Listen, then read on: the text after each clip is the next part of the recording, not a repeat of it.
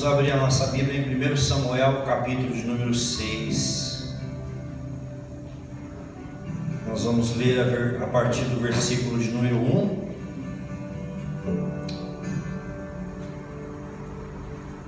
O tema da pregação nessa noite é como escapar da ira de Deus. Como escapar da ira de Deus. Então vamos ler a palavra que diz assim: havendo, pois, estado a arca do Senhor na terra dos filisteus 7 meses, os filisteus chamaram os sacerdotes e os adivinhos, dizendo: que faremos nós com a arca do Senhor?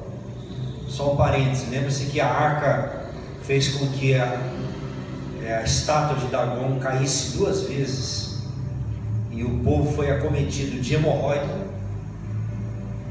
e a peste entrou no meio do povo. Eles estão desesperados, estão aflitos. A gente precisa se livrar da arca do Senhor. Fazei saber como tornaremos a enviar ao seu lugar. Os quais disseram, palavra dos sacerdotes pagãos aqui: se enviardes a arca do Deus de Israel, não enviareis vazia, porém sem falta enviareis uma oferta para a expiação da culpa. Então sereis curado, e vos fará saber por que a sua mão não se retira de vós. Então disseram: qual é a expiação da culpa que lhe havemos de enviar? E disseram: segundo o número dos príncipes dos filisteus, 5 hemorroidas de ouro e 5 ratos de ouro, porquanto a praga é uma mesma sobre todos vós e sobre todos os vossos príncipes. Amém? Vamos orar. Pai, eu peço em nome de Jesus, o teu Filho, que o Senhor venha nos falar através da sua palavra, porque o pecador sem Cristo, Deus, ele é com certeza alvo da sua ira, Deus. A Bíblia fala que o ímpio está acumulando para si juízo para o dia da ira. Então fala conosco nessa noite através da sua palavra, Jesus, é que eu te peço. Amém e amém. Deixa eu contar um acontecimento da minha vida para vocês aqui, da minha adolescência. Eu era um adolescente muito terrível, atentado, triste. Mas eu tinha, na minha adolescência, irmãos, eu tinha um medo que me acompanhava todos os dias da minha vida. Eu tinha um medo de morrer, e um medo do inferno. E não é porque pessoas da minha família ficavam falando do inferno, porque praticamente a maioria das pessoas da minha família nem na igreja estava. Então, olha que angústia, olha que situação que eu sentia. Ia chegando no finalzinho da tarde, quando vai escurecendo, que nem agora, meu coração já começava a acelerar. Não sei, eu tinha esse medo que ou meu coração ia parar, eu poderia morrer a qualquer momento, e de alguma forma eu ia comparecer diante de Deus, e eu sabia que eu estava ferrado, eu sabia que eu estava perdido. O que mais me assombrava era o medo da volta de Jesus e o medo do inferno. Eu tinha esse pavor. Então um dia, à tarde, ia começando assim, ao comecinho da noite, eu começava a ficar com medo.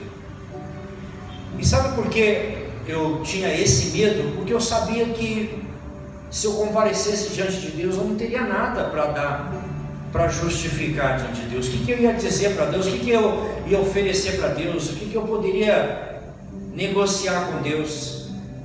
Eu sabia que eu era pecador, que eu era mau. Então eu sabia ao mesmo tempo que eu não teria ninguém lá para me defender. que meu pai, mesmo sendo advogado, ele não ia poder interceder por mim junto ao juiz do universo. Eu sabia dentro de mim que havia um juiz do universo e que um dia eu ia comparecer diante desse Deus e que eu ia ser reprovado diante de Deus e consequentemente meu lugar seria um sofrimento eterno, que o que estava me esperando era o inferno. Todos os dias eu tinha essa angústia, esse desespero, que esse grande dia acho que vai ser hoje, é hoje que vai chegar. Já pensou viver assim? O texto que nós acabamos de ler é mais ou menos isso. Como é que a gente se livra da praga? Como é que a gente se livra da maldição? Como é que a gente se livra do juízo de Deus? Porque lembra que os judeus, os israelitas foram vencidos pelos filisteus, e os filisteus tomaram a arca deles, que representava a presença de Deus, e pegaram a arca de Israel e colocaram dentro do templo de Dagon. E no dia seguinte, quando eles foram na madrugada, foram ver a estátua, devia ser uma estátua grande, sei lá, uns 3, 4 metros, estava caída de frente para a arca do Senhor. E aí eles foram, colocaram de volta, vai ver que foi um terremoto, alguma coisa, colocaram ela de volta. E no dia seguinte, para mostrar que não foi um acidente, mas foi a mão de Deus, a estátua estava caída, metade do tronco dela no lugar e a da cintura para cima novamente caída, com as mãos quebradas na direção da arca do Senhor. E além disso, o povo começou a sofrer de uma praga de hemorroida. Você imagina, hemorroida é um negócio tenebroso, gente. Você imagina uma cidade inteira com hemorroida. Uma cidade inteira, ninguém consegue sentar. E era uma praga, e é isso que eles vão perguntar: o que nós temos que fazer para se livrar desse juízo de Deus? O que a gente faz para escapar desse Deus santo? Versículo 2, não é isso que eles falam? Eles vão até os filisteus, chamam os adivinhos e perguntam: que faremos nós com a arca do Senhor? A gente precisa se livrar dela, mandar ela de volta. No versículo 20, a mesma pergunta. E então disseram os homens de Bet-Semes: quem poderia subsistir perante esse Deus santo? E quem subirá de nós? Levaram para uma outra cidade e ninguém queria aquela arca. Falou: vocês vão trazer essa arca para cá? Não basta a desgraça que já trouxe na vida de vocês, vocês querem trazer aqui para Bet-Semes também? Se livra dessa arca. Eu não quero essa bucha não, a gente não quer essa desgraça, porque todo mundo ouviu falar do juízo de Deus, o castigo de Deus sobre a vida deles. Naquele momento todos eles queriam se livrar. E como é que a gente se livra do medo do inferno? Como foi que eu me libertei desse sentimento de que qualquer momento eu poderia morrer, qualquer momento eu poderia comparecer diante de Deus, e que com certeza eu não entraria na presença de Deus, porque Ele é um Deus perfeito, um Deus santo, e eu era tudo contrário a isso. Esse texto então nos fala que a primeira coisa, a primeira verdade que nós precisamos entender antes de falar da solução para o problema desse povo, nós precisamos entender que a ira de Deus, ela vem sobre nós por causa do pecado. Você pode dizer isso? A ira de Deus vem sobre nós por causa do pecado. Lembra aqui que eles fizeram? Eles pegaram a arca do Senhor, que representava a presença de Deus, uma presença santa, e colocaram do lado de uma estátua de um Deus do nada, um Deus pagão, um ídolo. Então só por esse motivo eles já sofreriam o juízo de Deus, porque a Bíblia diz que Deus não tem como comungar com as trevas, não tem como Deus se misturar com as trevas. Então só nesse ponto eles já quebraram o primeiro mandamento dos 10. Qual que é o primeiro mandamento dos 10? Não. 10 mandamentos, irmãos. Qual o primeiro mandamento? Não farás para ti deuses, não fará para ti imagens de escultura, nem que há no céu, nem debaixo da terra, nem no mar.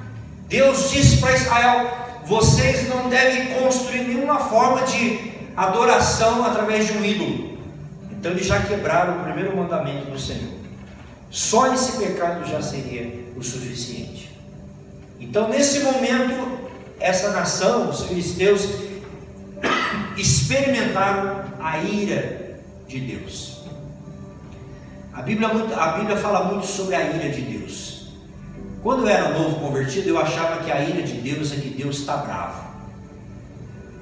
Quem que já não ouviu falar isso? Quando é pequeno, aqueles começam a dar trovoada, né?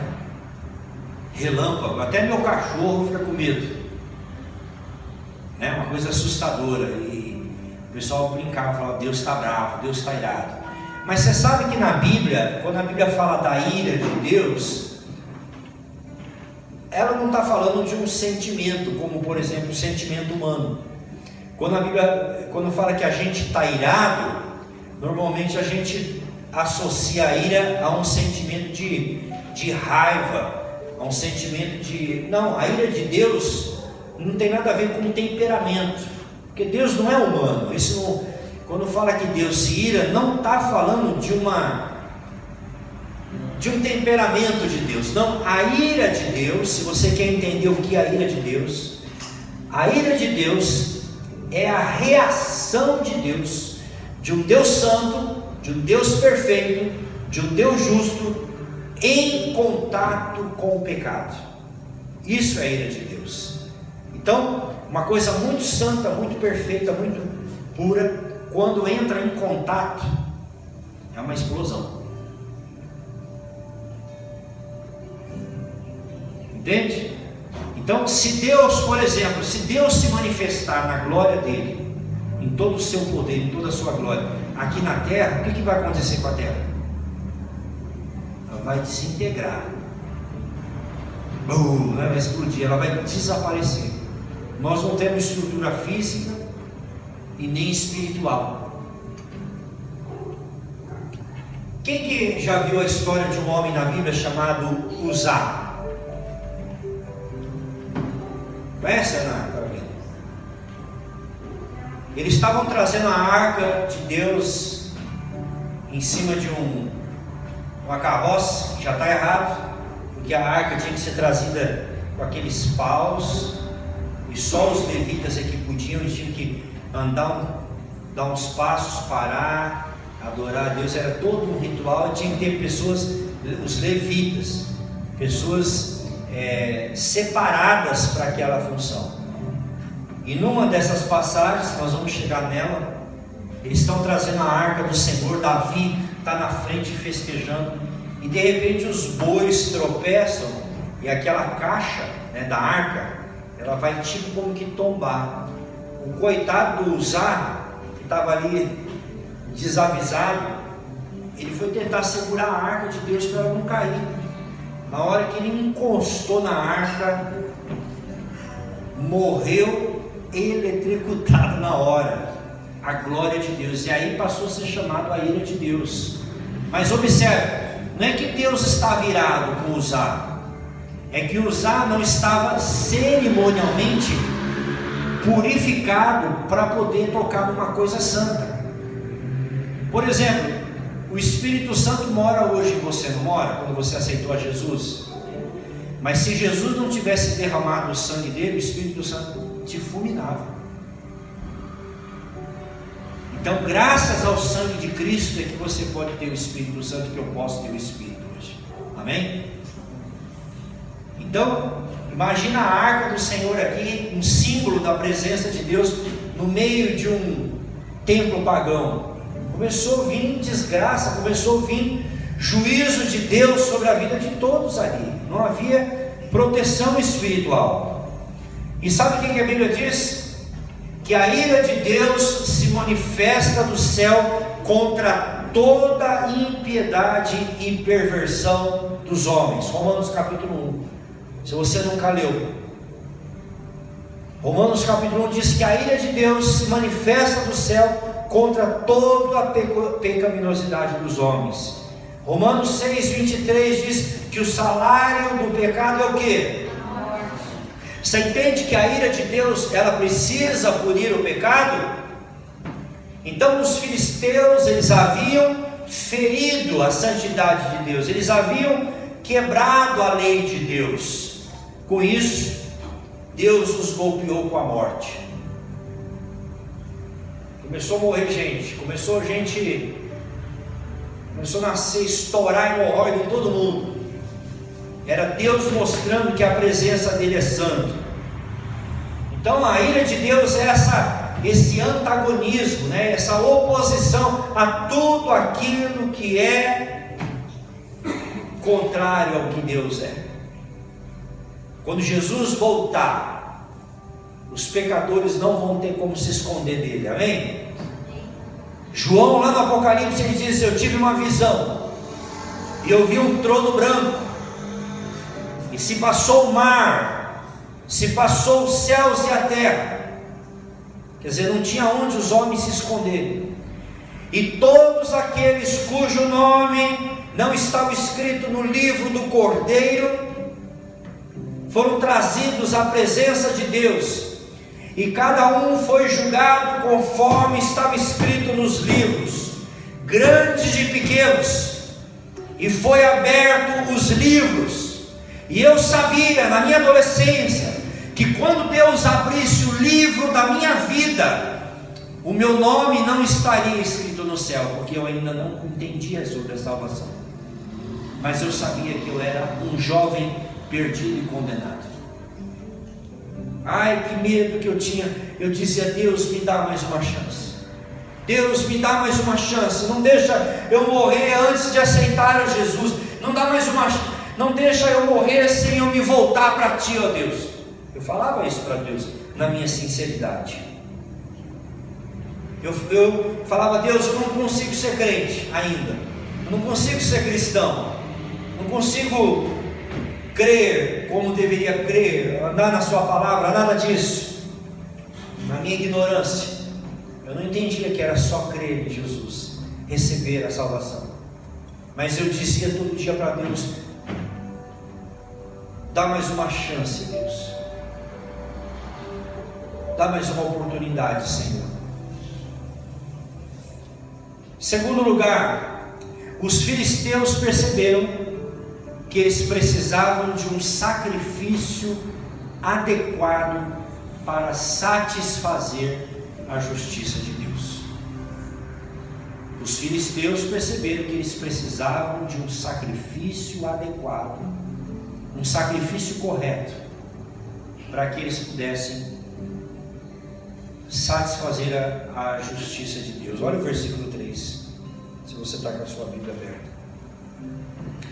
Os quais disseram: se enviardes a arca de Deus de Israel, não a envieis como?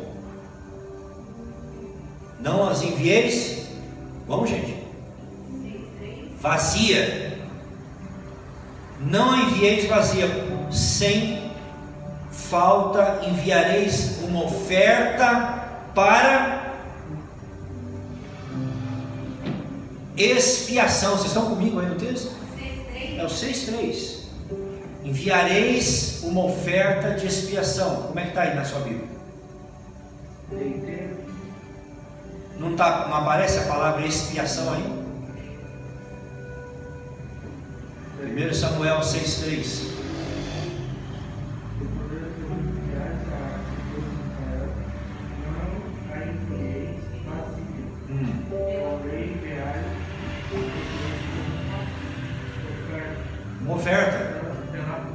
Uma oferta pela culpa, ou uma oferta de expiação.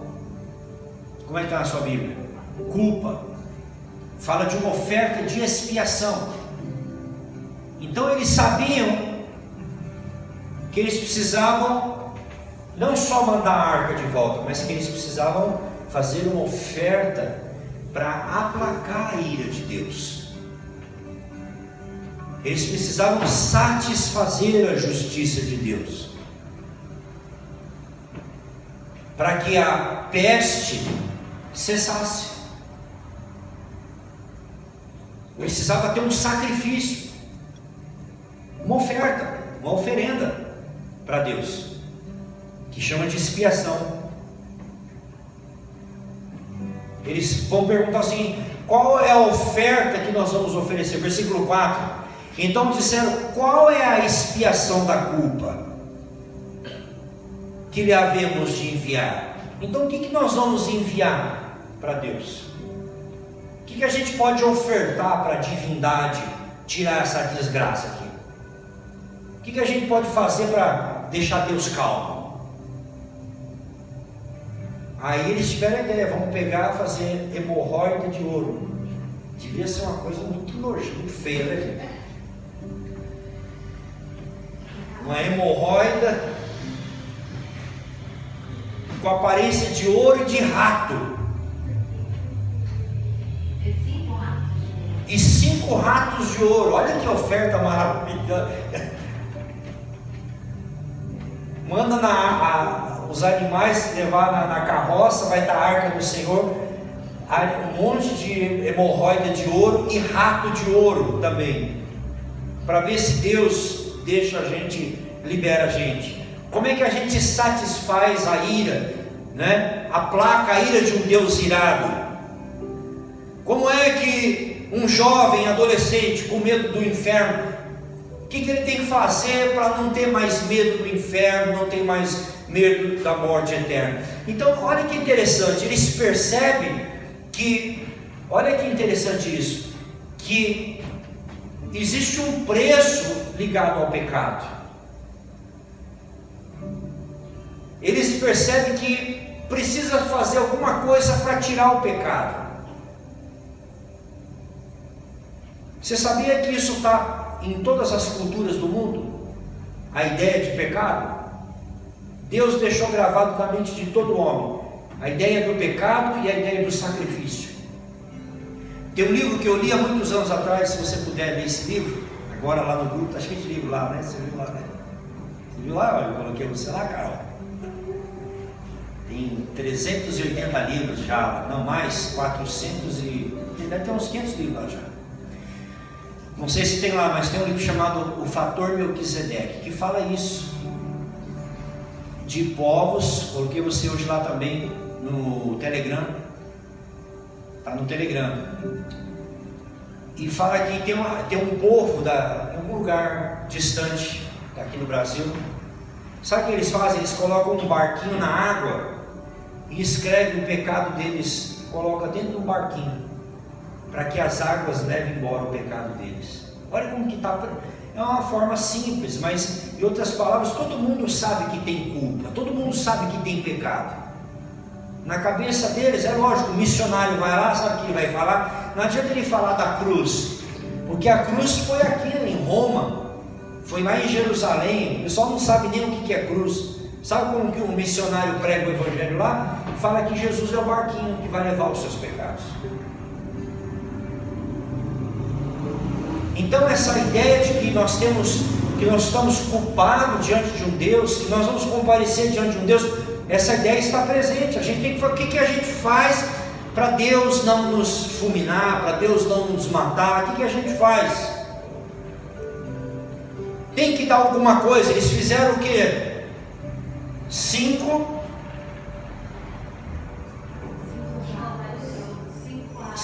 hemorroidas de ouro, 5 ratos de ouro.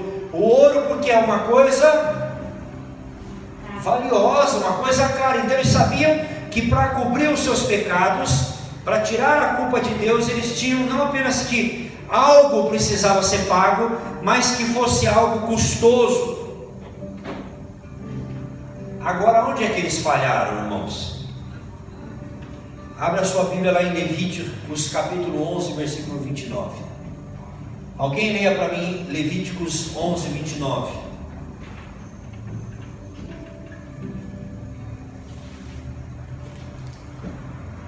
Vamos aprender a palavra. 11:29. Os animais que se movem rente ao chão. Lê mais alto, Dudu. Um pouquinho mais Os alto. animais que se movem rente ao chão, estes vocês considerarão impuros. A doninha, o rato, qualquer espécie de lagarto grande. Então Deus está falando que os animais rastejantes, inclusive o rato, não vai ser oferecido, porque os judeus não traziam oferta de animal para Deus no Velho Testamento, sim ou não? Só que Deus está dizendo aí, ó, dentre os animais que você não deve trazer como sacrifício para Deus, é o rato. E o que é que eles ofereceram para Deus? O rato. Mas por que eles ofereceram o rato? Porque eles foram instruídos por sacerdotes pagãos. Olha o versículo de número 2. Os filisteus chamaram os sacerdotes e os adivinhos, ou os adivinhadores. Quer dizer, ao invés de eles conversarem com um levita, alguém que conhecia a lei de Deus, eles foram conversar com quem? Com gente do mesmo jeito, igual eles. Porque se eles tivessem falado com o povo de Israel, eles iam falar como é que Deus poderia livrar a ira. Você quer ver como que é? Levíticos, capítulo 5, versículo 15.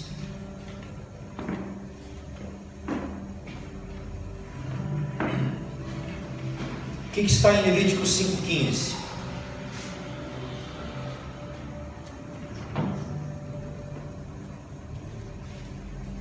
Se alguém cometer ofensa e pecar de forma involuntária nas coisas sagradas do Senhor, trará ao Senhor por oferta do rebanho um carneiro sem defeito, conforme avaliação em prata, segundo o peso padrão do santuário, como oferta pela culpa. Então, como é que a gente oferta pela culpa?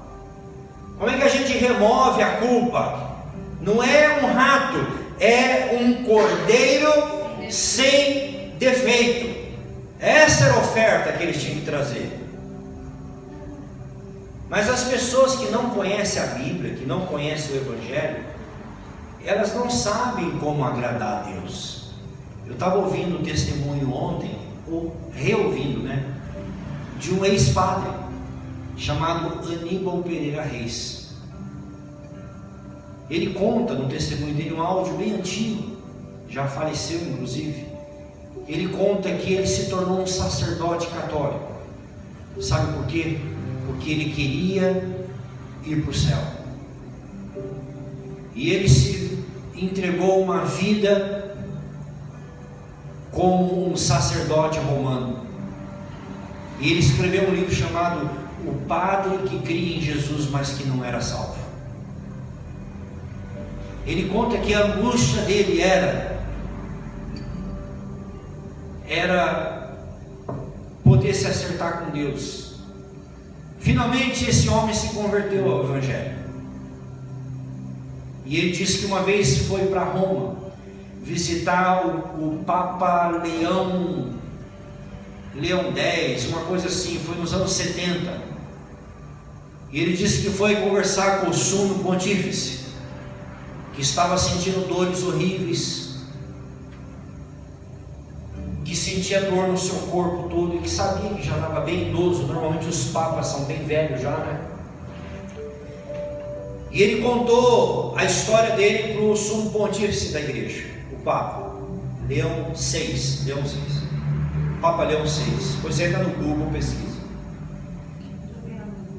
E ele começou a contar o testemunho de como ele agora tinha certeza do céu, da vida eterna. E o Papa disse para ele assim: então você reze por mim. Eu já tenho pedido para todos os católicos rezarem por mim, porque eu não sei para onde eu estou indo. E ele disse que teve muita compaixão do Papa Leão VI,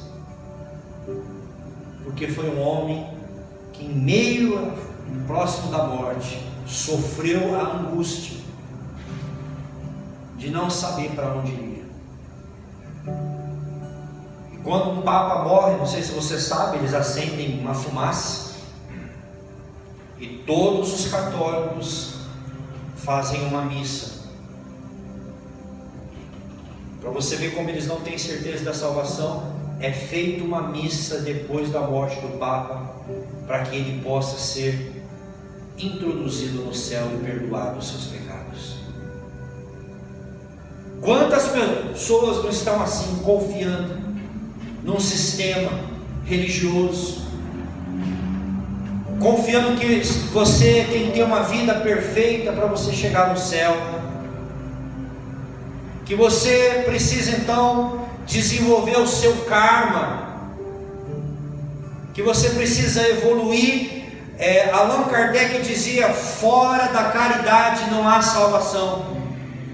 Por isso que os espíritas vivem fazendo obra de caridade, porque eles acreditam que se você fizer caridade, lá no céu tem uma balança, e aí Deus, quando você morrer, Deus vai pesar na balança, Ele vai pesar se você tem mais obras a seu favor ou mais obras contra você. Se você tiver obras mais a seu favor, então Deus vai deixar você entrar no céu, ou então você vai encarnar novamente ou reencarnar novamente numa condição melhor de vida.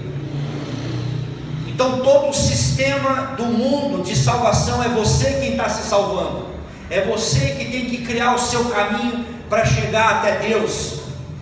Eu morei no interior do Rio de Janeiro e uma irmã fez essa pergunta para um padre da cidade, disse: padre, o que eu tenho que fazer para ser salvo? O padre diz: filha, você tem que praticar boas obras. E ela disse para o padre: então me diga quais obras e quantas obras. Claramente ele não soube responder. Quantas obras e quais elas são elas? Porque se você pratica, se você acha que a salvação é pelas obras, você vai fazendo. O problema é que você pode falhar e tudo aquilo que você fez acabou, caiu por terra. Salvação pelas obras é igual omelete. Você separa 4 ovos, quebra um ovo e joga. Segundo ovo joga.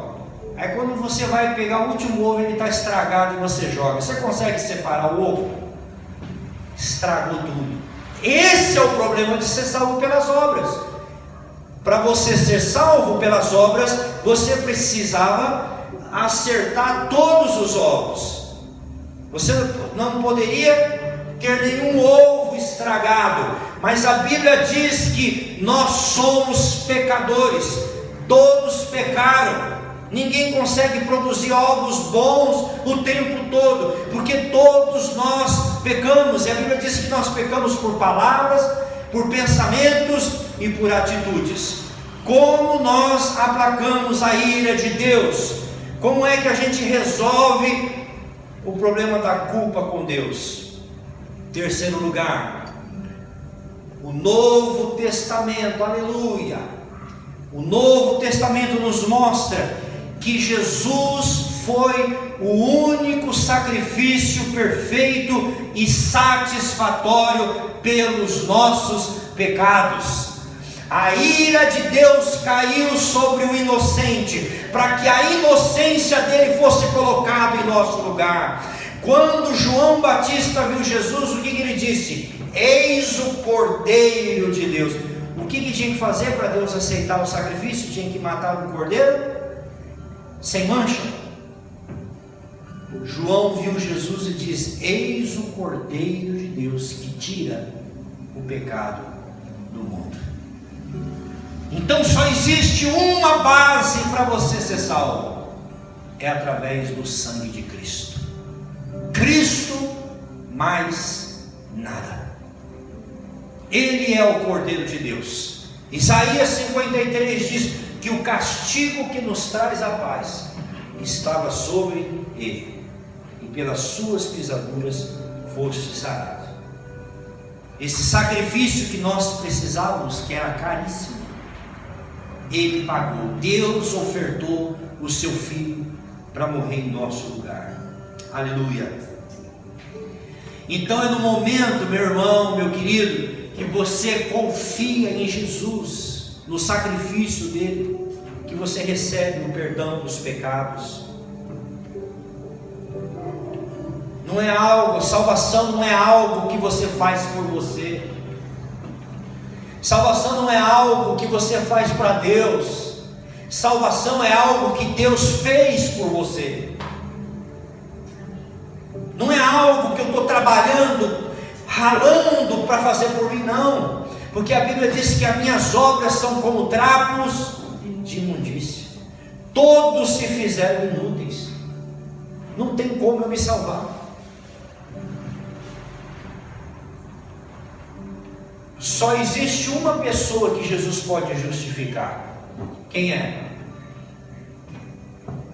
Só existe um tipo de gente que Jesus pode se justificar. Aquele que não justifica a si mesmo. Aquele que não justifica a si mesmo.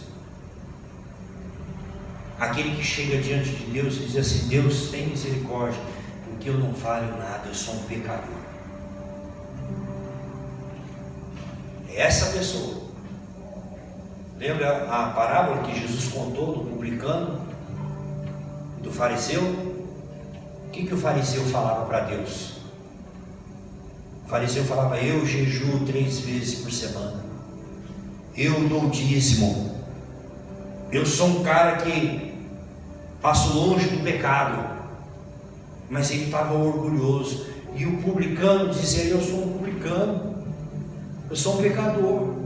E Jesus falou e dizia assim: Deus, ser propício a mim, tem misericórdia da minha vida, porque eu sou esse cara todo pecador mesmo. E Jesus falou: eis que foi o publicano que saiu da minha presença justificado. Porque aqueles que tentam se justificar diante de Deus não serão justificados. Porque a Bíblia diz que o justo viverá da fé. Esse foi o texto que converteu Martinho Lutero. Ele estava subindo de joelhos a escada lá da catedral. Um monte de gente pagando preço. Um monte de gente ralando, subindo de joelho, com ferida no joelho. Gente subindo, camelando, com ferida na perna, para ver se alcançava o favor de Deus. E lendo a Bíblia, ele leu esse versículo: o justo viverá da fé. Ele falou: está tudo errado. Não é por aquilo que eu faço, mas é por aquilo que Ele fez. É por aquilo que Jesus fez. Ele é a propiciação pelos nossos pecados. Sabe a arca da aliança? Aquela caixa que tinha os anjos em cima.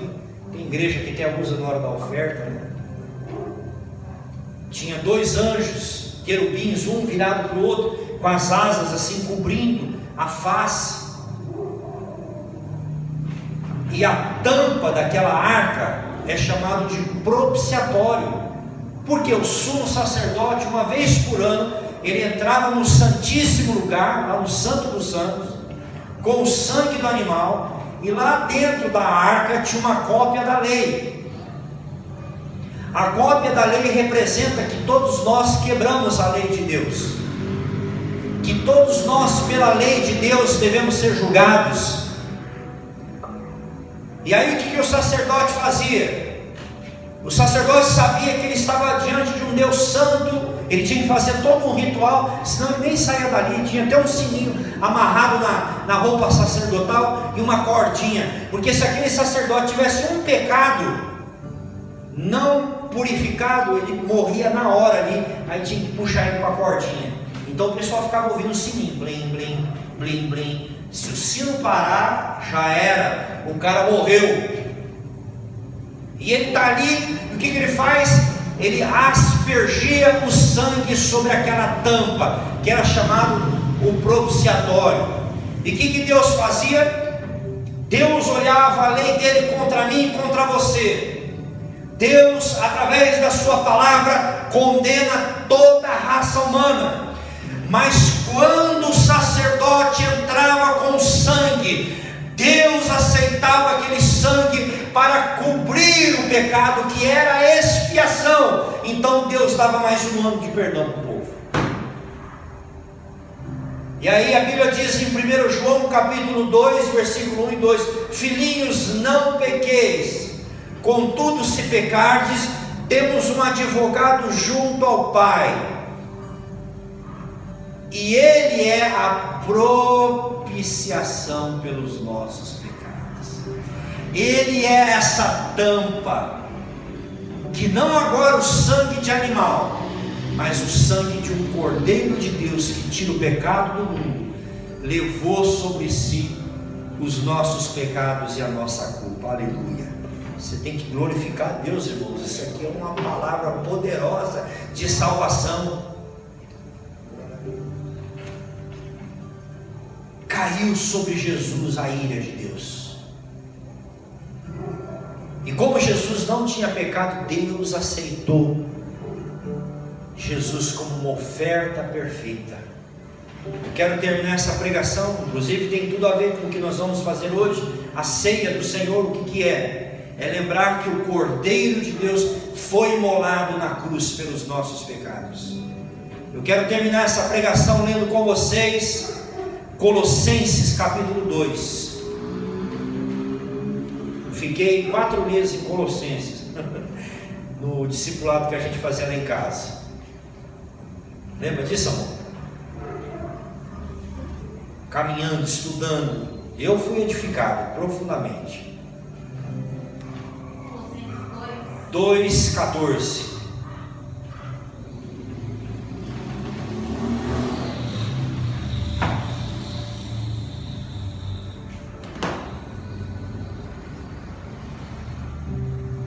Aleluia. Olha que versículo lindo. Olha aqui, irmão Aparecido, que versículo maravilhoso. Acharam? Achou aí, Duda?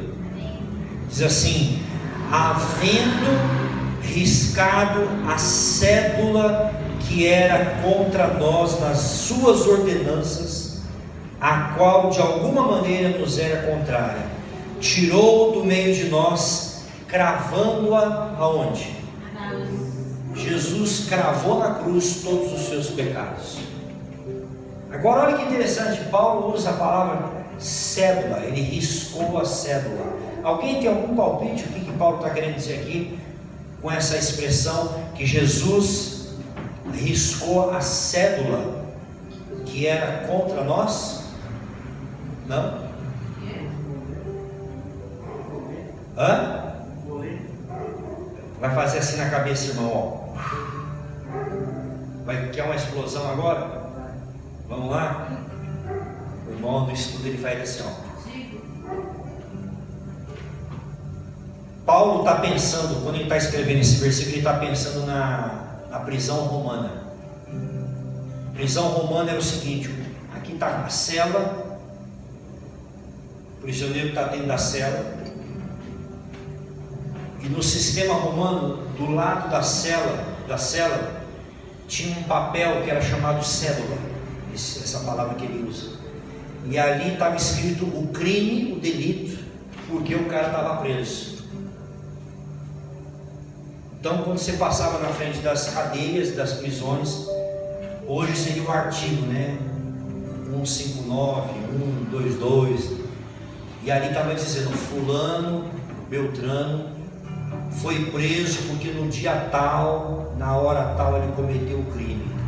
Aqui Paulo está dizendo que Jesus nos libertou dessa cela, e essa cédula, esse papel que estava escrito, o nosso crime contra Deus, ele rasgou na cruz do Calvário, e ele perdoou os nossos pecados, de maneira que agora não há mais nenhuma condenação para aqueles que estão em Cristo Jesus.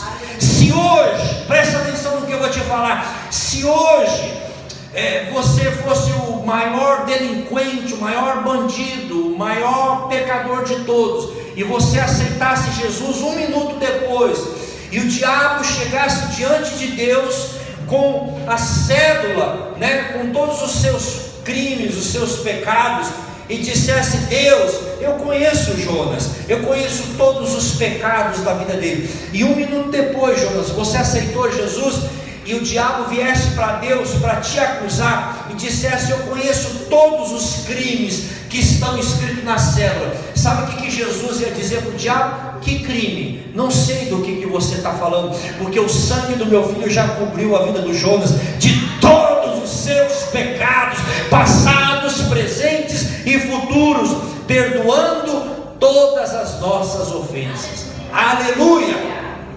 Por isso que Paulo vai dizer: quem intentará acusação contra os escolhidos do Senhor? Quem os condenará? Quem nos separará do amor de Cristo? Será a morte? Será o suicídio? Será a vida? Será o presente? Será o porvir? Será os principados, potestades? Nenhuma outra criatura poderá nos separar do amor de Cristo. Amém. Você está guardado para a eternidade. Dê uma salva de palmas ao Senhor aí.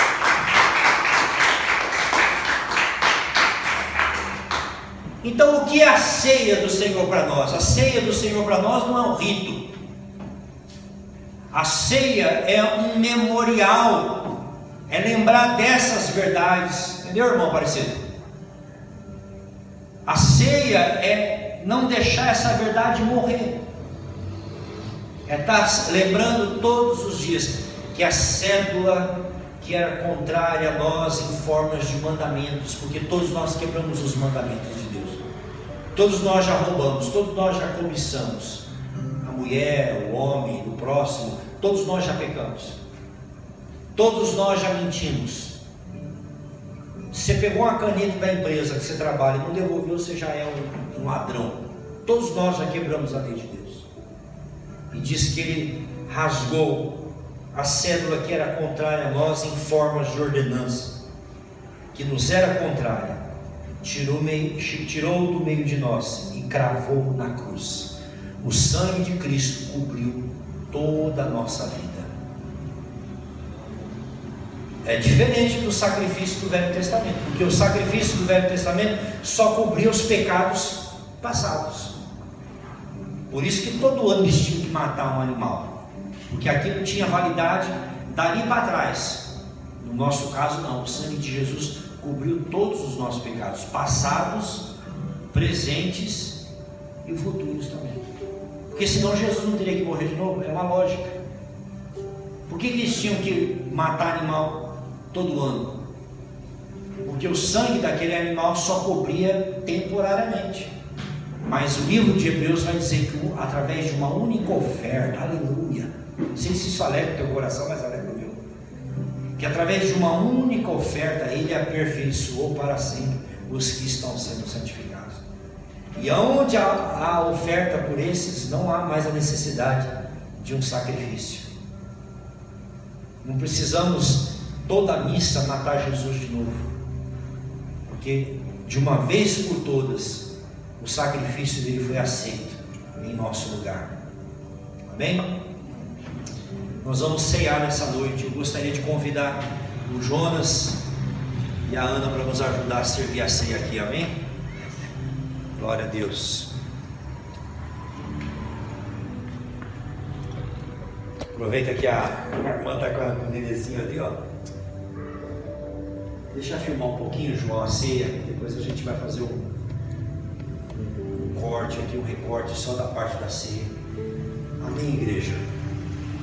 Então, o que nós estamos lembrando aqui nessa noite através da ceia? Nós não estamos praticando um rito. A ceia não contém a presença de Jesus. É espiritual. O reino de Deus é espiritual. Nós vamos nesse momento então orar ao Senhor. Eu quero, antes até mesmo da gente entregar, né, e louvar o Senhor, eu quero que você tenha 1 minuto de reflexão. Se você puder curvar a sua cabeça.